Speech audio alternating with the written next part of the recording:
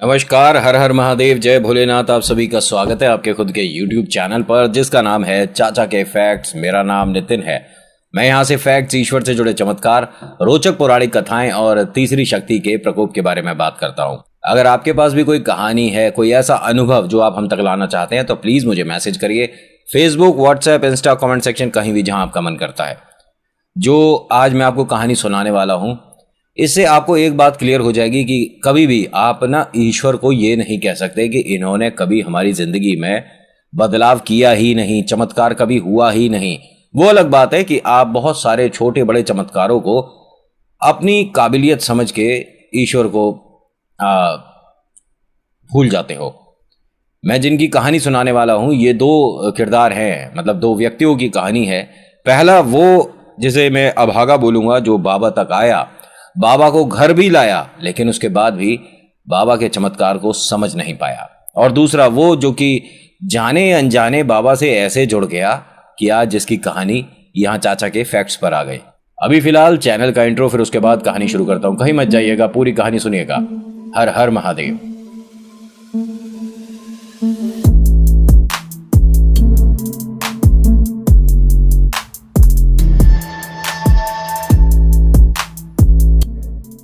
कहानी शुरू करने से पहले एक छोटी सी रिक्वेस्ट कि आपको अगर पसंद आती है तो प्लीज लाइक कर दिया करो, शेयर कर दिया करो, और अगर पहली बार आए और आपको लगा कि हाँ ये कहानी हमें अच्छी लगी, हम ऐसी और कहानियां सुनना चाहते हैं, तो सब्सक्राइब जरूर करिएगा। आप आते हैं, देखते हैं, चले जाते हैं, सब्सक्राइब नहीं करते तो ऐसा लगता है कहीं ना कहीं हमारी मेहनत में कोई कमी रह गई।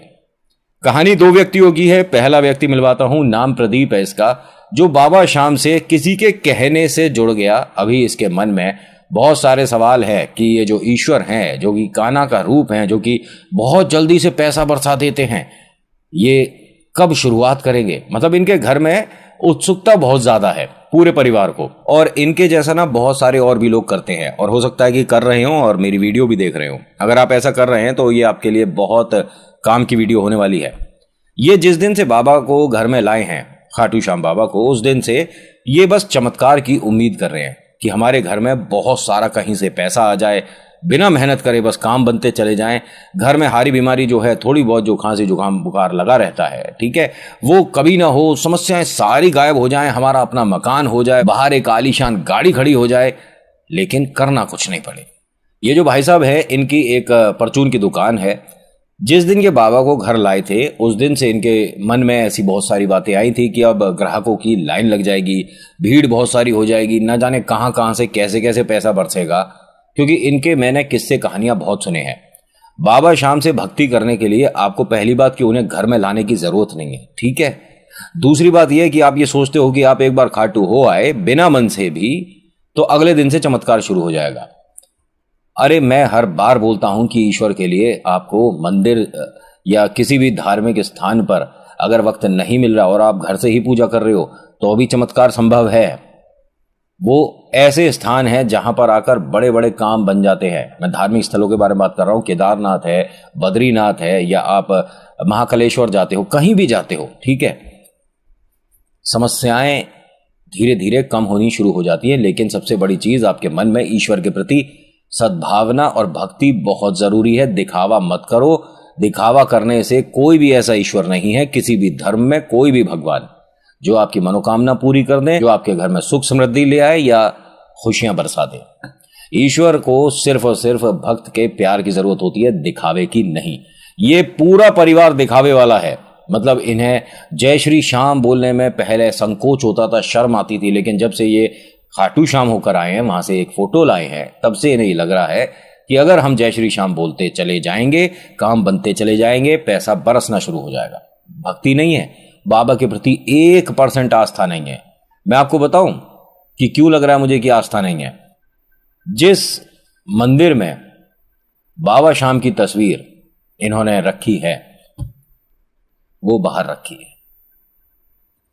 इनके घर में पहले से जो मंदिर बना हुआ, और ये जॉइंट फैमिली है, बहुत विशाल बढ़िया और बड़ा मंदिर बना हुआ है। मतलब अच्छी खासी लकड़ी का इस्तेमाल करके बड़ा प्यारा सा मंदिर बना रखा है। उसमें एकदम से बहुत प्यारा दरबार बना हुआ है, ठीक है। तो दरबार में इनकी अम्मा जी, जो मम्मी है इनकी, दादी अम्मा, वो कहती हैं कि किसी भी ईश्वर का स्थान हटाया नहीं जाता, ठीक है। चलिए मैं उनकी बात बड़ी करता हूं, लेकिन जिन्हें आपने बाहर रखा हुआ है वो कौन है? वो ईश्वर नहीं है। मंदिर के बाहर वाली दीवार पे साइड में इन्होंने लगा दिया, वहां से भी बाबा इनकी सुन सकते थे। और मैं तो कह रहा हूं कि जरूरत भी नहीं, बस आंख बंद करो, बाबा की तस्वीर आप याद करो और काम बनने शुरू। लेकिन इन्होंने अपने उस घर के मंदिर में बाबा को स्थान नहीं दिया। धूप आरती होती है, भोग लगता है, तो क्या आपको लग रहा है कि वो बाबा के लिए भी हो रहा है? मैं किसी भी ईश्वर को उनसे या उनको किसी और भगवान से नहीं तोल मोल रहा, ठीक है? मतलब ही नहीं बनता, कंपैरिजन हो ही नहीं सकता। अब कोई हनुमान जी को महादेव से कंपेयर करने लग जाए, अरे वो तो उनके अवतार हैं, आप कैसे कंपेयर कर रहे हो? है जी, गणपति को आप हनुमान जी से कंपेयर करने लग जाएंगे, ऐसा नहीं होता, ठीक है? आप आंख बंद करके अपने ईश्वर को याद करो और सारे ईश्वर की पूजा हो जाती है, ठीक है? बहुत बार बोला है, एक बार और बोलूंगा, ईश्वर एक ही हैं, ठीक है?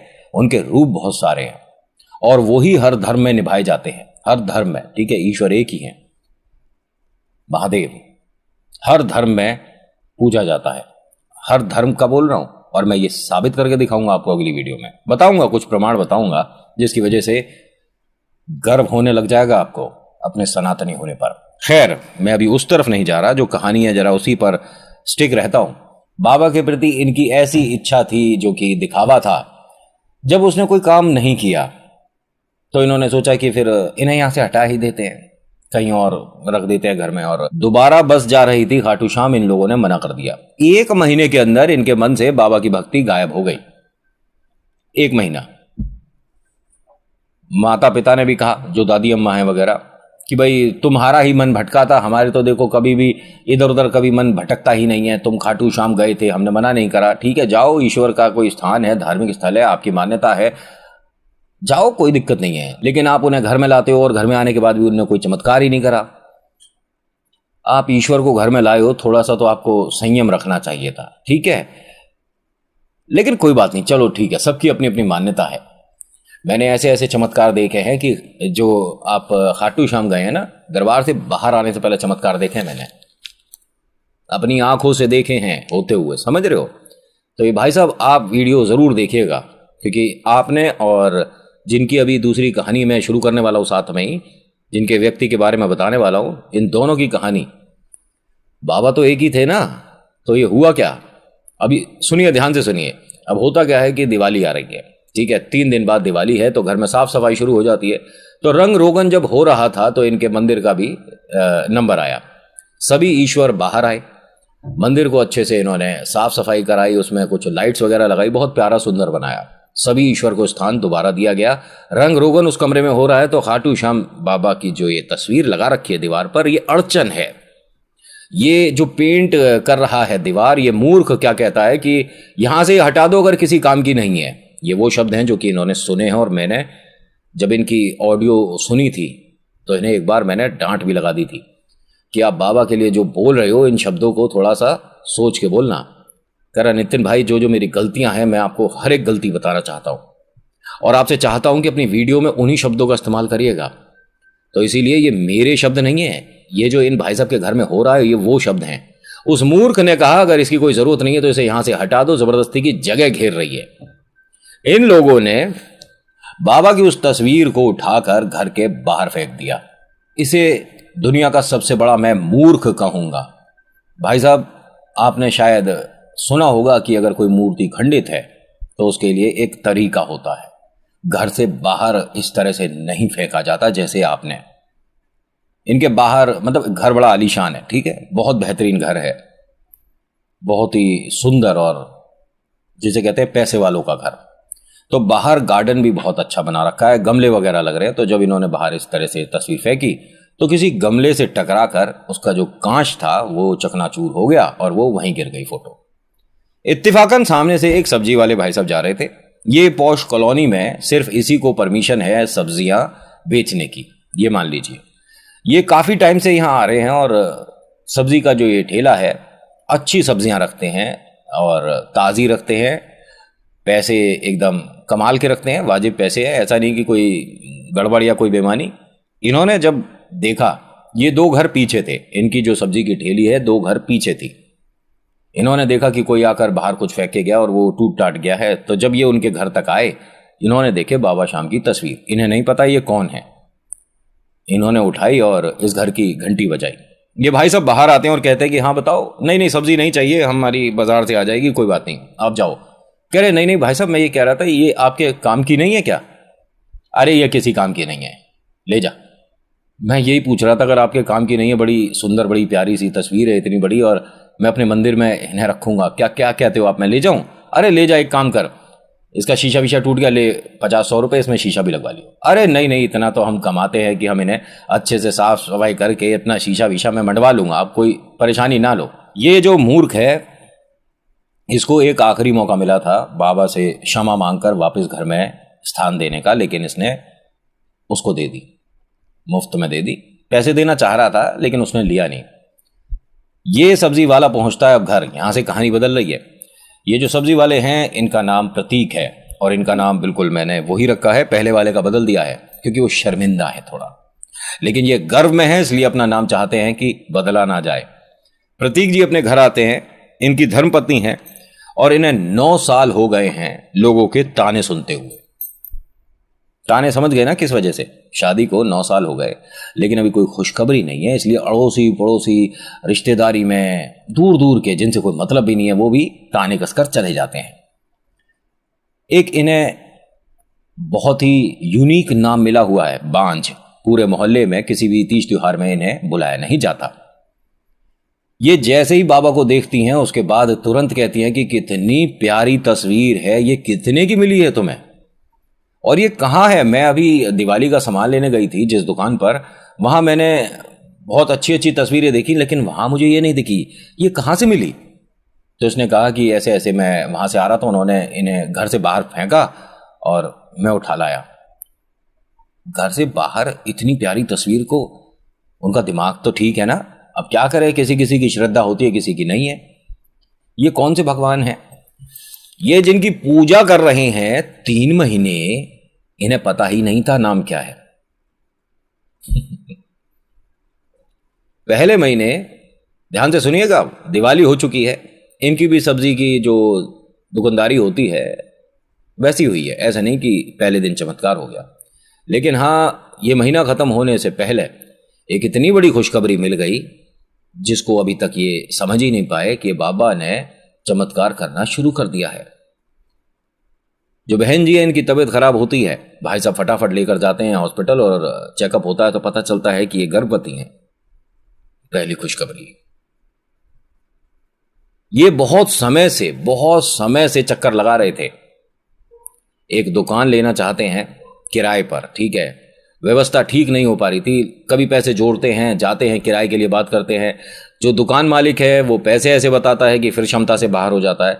तो तकरीबन 3 साल से कोशिश कर रहे हैं, वो दुकान किराए के लिए नहीं ले पा रहे। बाबा को आए घर में 2रा महीना चल रहा है ये। वो आदमी खुद से आता है इनके पास और कहता है कि मैं तकरीबन 2.5 साल के लिए बाहर जा रहा हूं, वो किराए पर उठाना चाहता हूं दुकान, तो आप बताइए कितना पैसा उसका। तो उसने कहा बाबूजी मेरे पास अभी दिवाली गई है, फिलहाल उतने पैसे है ही नहीं, लेकिन हाँ आपकी दुकान को साफ सुथरी बिल्कुल रखूंगा, और मैंने सब्जी का काम करना है, इसमें गंदगी बिल्कुल नहीं करूंगा, रंग रोगन मैं करा लिया करूंगा, बहुत अच्छे से रखूंगा, अपने घर से अच्छा रखूंगा। उन्होंने कहा ठीक है, जो पैसे ये दे सकता था उतने में राजी हो गया। चमत्कार नंबर 2। महीना 3रा चल रहा भाई साहब, ये बाबा घर में आ चुके हैं, पता नहीं है, नाम नहीं पता इसे अभी। इनके घर के सामने से एक बस जा रही थी जिसमें सभी लोग आ सकते थे, और इसका कोई पैसा नहीं देना है जी। कमाल की बात कि इसी दिन इन दोनों की शादी की सालगिरह है। धर्मपत्नी ने कहा कि हम कहीं घूमने तो जा नहीं पाते, पैसे की व्यवस्था थोड़ी ठीक नहीं रहती, ये कहीं खाटू श्याम बस जा रही है, क्यों ना हम भाई अपना शादी की सालगिरह भी हो जाएगी और बाबा के दर्शन भी कराएंगे। ठीक है, कब जाएगी बस? आज रात निकलेगी। ठीक है, अब ये बाबा दरबार निकल लीजिए बस। जब वहां सुबह पहुंचे ना, जैसे ही उन्होंने देखा बाबा को, इन दोनों ने एकदम से चिल्ला के बोला कि अरे वो जो घर पे हैं वो खाटू श्याम है। पंडित जी ने कहा कि घर पर हैं, मैं समझा नहीं। अरे हम 3 महीने से इनको ये मानिए दिल से लगाए बैठे हैं और हमें पता ही नहीं था इनका नाम। अब ये बात जितने भी लोगों ने सुनी, सबके पैरों के नीचे से जमीन निकल गई कि भाई साहब पहला भक्त देखा है जो मंदिर में आकर यह बता रहा है कि इन्हीं की पूजा कर रहे हैं और हमें पता नहीं था कि ये कौन है। बस आज इन्हें पता चला जय श्री श्याम बोलना है। ये दोनों आज इतने ज्यादा खुश हैं कि शादी की सालगिरह पर हमें इतना बड़ा तोहफा मिला है जिसको हम पूरी जिंदगी नहीं भूलेंगे। अब इन्होंने बाबा श्याम जय श्री श्याम, मतलब अब तो भाई ये मानिए कि जब बाबा के बारे में हमें सारी बातें पता चल गई हैं तो अब तो इनकी भक्ति और जोरों शोरों से होगी। धीरे धीरे इनका वक्त बदलने लग गया, धीरे धीरे, एकदम से एकदम बहुत सडन चेंज नहीं हुआ कि एकदम से सारा पैसा आ गया, धन दौलत हो गई। लेकिन एक चीज बता दूं, आज की डेट में ये जो भाई साहब हैं, एक पूरे स्टेट में सब्जियों का मैक्सिमम सप्लाई इन्हीं के पास है। दिल्ली में जिसे हम बहुत रईसों की कॉलोनी बोलते हैं, पॉश कॉलोनी, उसमें एक आलीशान बंगला है इनका, और यहां तक पहुंचने में इन्हें 9 साल लगे हैं। बाबा का दामन आज भी थाम रखा है। और वो जो थे भाई साहब, ध्यान आया बाबा ने चमत्कार अभी क्यों नहीं शुरू करा, वो आज भी वहीं है, उसी घर में, उसी स्थिति में, ना अप ना डाउन, जैसा था वैसा है। लेकिन ये कहां से कहां पहुंच गया। और आज ये कहते हैं कि हमने आलीशान महल तो बना लिया, लेकिन महल से ज्यादा प्यारा सुंदर हमारे बाबा का दरबार है नितिन, जो हमने बना रखा है, सजा रखा है। जिस दिन आप दिल्ली में मिले हमें, उस दिन आपको अपना दरबार जरूर दिखाना है। इनके बारे में और बात पता चली, वो ये कि धर्मपत्नी ने कहा कि बाबा की वो फोटो जो है, हाँ हमने शीशे में जैसे मढ़वाई थी वैसी ही है, और बस उसके बाहर थोड़ा बहुत जो बाबा ने हमें दिया है वो हमने बाबा को लौटाया है। भारी भरगम अगर सोने का फ्रेम बने तो कितने का बनता होगा। ये वो शख्स है जिसने, मैं कह सकता हूं कि जब भी चढ़ाया, बाबा को जो मुकुट चढ़ाते हैं ना, वो सोने का चढ़ाया है। जब भी महीने में एक बार जरूर ये खाटू मिलते हैं, और वहां भंडारा इनकी तरफ से ये मानिए कि हर आए दिन होता रहता है। जो भी बस इनके घर से इर्द गिर्द से जाती है उसमें सारा खर्चा ये उठाते हैं। कभी भी मौका लग जाए या इन तक कोई बात पहुंच जाए और ये उस काम को करने में सक्षम हो तो पीछे नहीं हटते। बहुत व्यस्त रहते हैं, बहुत बिजी रहते हैं। इनके 2 बच्चे हैं अब, ठीक है, पहली बिटिया है, एक बेटा है, और जो बिटिया है वो विदेश रहती है। और बिटिया ने ही एक तरह से पहले हमें मेल किया था, और जब हमने कहा कि अगर कोई ऐसी कहानी है जो आप चाहते हो हम तक लाना, तो हम बिल्कुल उस पर काम कर सकते हैं। फिर इनके डैडी जो कि इतने व्यस्त रहते हैं, उन्होंने मेरी 2 एक वीडियो देखी हैं। फिर उसके बाद उन्होंने कहा कि नितिन बाबा ने तो हमारे साथ भी चमत्कार किया है, और बाबा को हम जानते भी नहीं थे 3 महीने तक। जब इन्होंने ये बात बोली ना कि हम जानते नहीं थे, तब मेरी उत्सुकता बढ़ गई कि अब तो आपकी कहानी जरूर सुननी है। उन भाई साहब से भी इन्होंने परमिशन ली कि क्या मैं आपके बारे में भी बता सकता हूं कि मुझे ये तस्वीर कैसे मिली थी। फिर उन्होंने अपने घर में कैसे क्या महसूस किया था वो भी बताया। तो उन दोनों की कहानियों को जोड़कर मैंने कहानी आपके लिए प्रस्तुत की है। कैसी लगी आपको बताइएगा। तो बस मेरा आज यही कहना है कि कभी भी आप किसी भी ईश्वर की भक्ति शुरू करते हैं तो ये मत सोचिएगा कि बस कल से तो चमत्कार हो जाएगा, परसों से सारी चीज़ें सेट हो जाएंगी और बस फिर तो उसके बाद ईश्वर की पूजा करो ना करो अपना तो काम हो ही गया। ऐसा नहीं करिएगा। और अगर आपने किसी ईश्वर से अपना मन लगा लिया, दिल लगा लिया, तो फिर पीछे नहीं हटना। ईश्वर की भक्ति में जिसने यू टर्न ले लिया, फिर ईश्वर भी कभी कभी यू टर्न ले लें तो उसमें बुराई नहीं माननी चाहिए।